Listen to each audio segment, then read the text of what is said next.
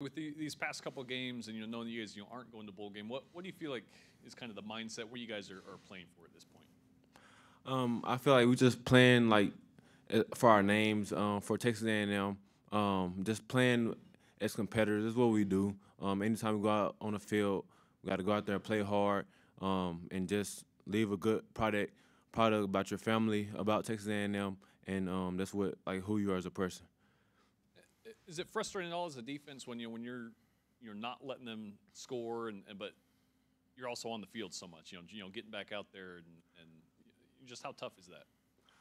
Yeah, sometimes it get tough at times, but like it just happens. Like we just have to go out there and keep getting stops as much as we can. We don't like worry about what offense is doing, what they're not doing. So we just like worried about just keep getting stops, keep making or correcting our mistakes, and keep fighting and just keep playing hard each and every play. What do you want to see this Saturday against UMass? I would like to see us bounce back, get defense, get a shutout, and offense just get rolling, and just hopefully as we play like good all together as a whole unit. We'll go front row on the right side to Cole. Demani, when you look at the running backs and Jarquez Hunter and Tank Bigsby both had over 120 rushing yards. It's now the sixth game we've allowed at least over 150 rushing yards. What has been the main flaw with this run defense, and how do you think it can be corrected? I feel like it's tackling and the way we fit on like certain defenses. So I just say just practicing and just making sure we like correct the way we fit things, make sure everyone is in the right gap, make sure the defensive linemen, linebackers, safeties, corners is fitting like everything good, making sure like the corners crack the place, making sure the safeties fill gaps. So just everybody's unit, tackling better, communication, just everything. We'll go back behind the lights on the right side to Ben. It seemed like this last game, compared to Florida, where they were kind of able to, I guess, break through in the second half and seemed to wear you guys down. Y'all seemed to relatively hold up over the course of the game, especially as we mentioned going back out there so much. What do you feel like was the difference in just y'all's fortitude to not, wilter as the game went on, being out there for so many plays? I'll say we just kept straining and just kept like not just not being tired, not just saying like dang I'm tired or just like dang it's a long game. We just kept like going out there competing each and every play. And we just like kept trying to get back up, keep fighting like no matter what. So we just did our job to try to do the best we could to go out there and get a win. We'll go front row on the right side to Travis.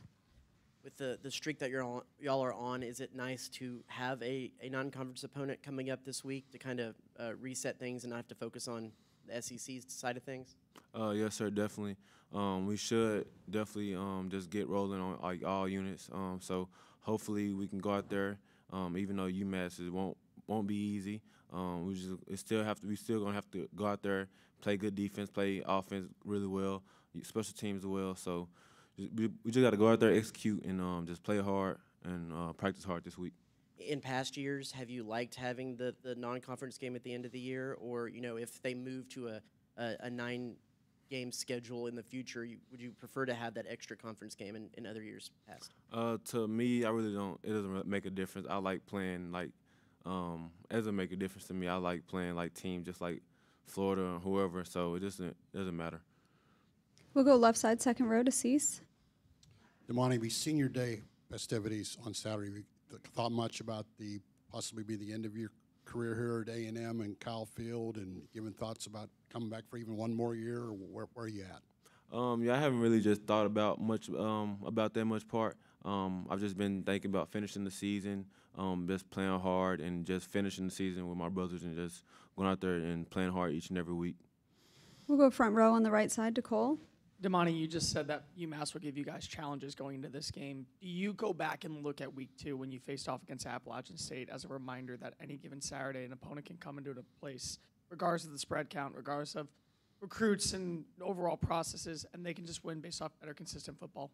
Yes, for sure. Like the opponent that we play doesn't matter. It's always about like playing ourselves, executing the right way, executing the way we know how to, and just going out there and just executing and playing hard. Like It's just about what we do, not about like what other teams do.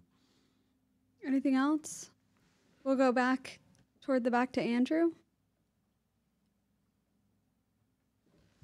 You were the freshman who started. Now you're the leader. How good is Bryce Anderson, Jared Kerr, Jacoby Matthews, and how much of that is their talent? How much is the knowledge that you have that you get to share with them? Yeah, they're gonna be really great players in the future. That y'all have seen glimpses of it, but I just can't wait to see those guys grow up, and I just can't wait to see like what they just keep on like doing in the future. But they're gonna be really good players. But I'm just happy those guys are here, and we are lucky, definitely lucky to have those guys. We'll go left side, second row to Cease. Does this losing streak make you tougher mentally, Demani, or has it changed you at all on outlooks and how you approach things? Yes, definitely. I've never really lost like this. I lost like this my senior year in high school, but I like really wasn't. I was like hurt, so wasn't like really part of it. So it just like makes you just like realize like everything won't be as good always. Like everything's always not good. It's sometimes it's gonna be hard times, so you're gonna have to push through it. It gets like that in life sometimes. So like it's just like a good life lesson that like is good to have. But yeah.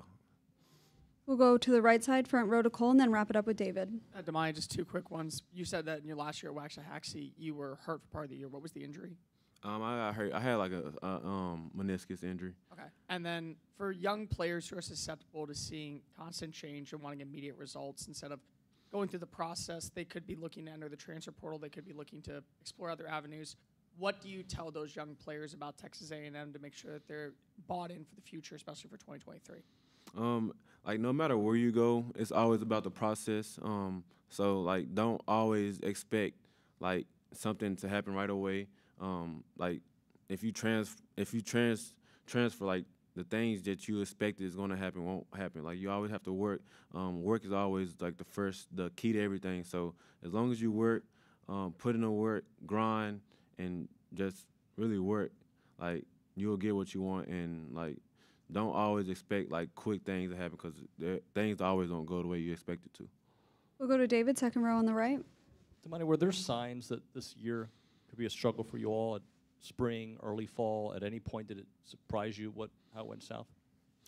I wouldn't not really. I would just say we had a young team. So like I feel like with young players they're not as like much experience. So I would say that was like the only thing that I could see if like the young guys, like a lot of the young guys play like they did, but they're like really talented players. So I knew like we would be okay, but that's always like something that I seen. So that was like the only thing I seen if like the young guys played. All right, that's it. Thank you, Demani. Thank y'all.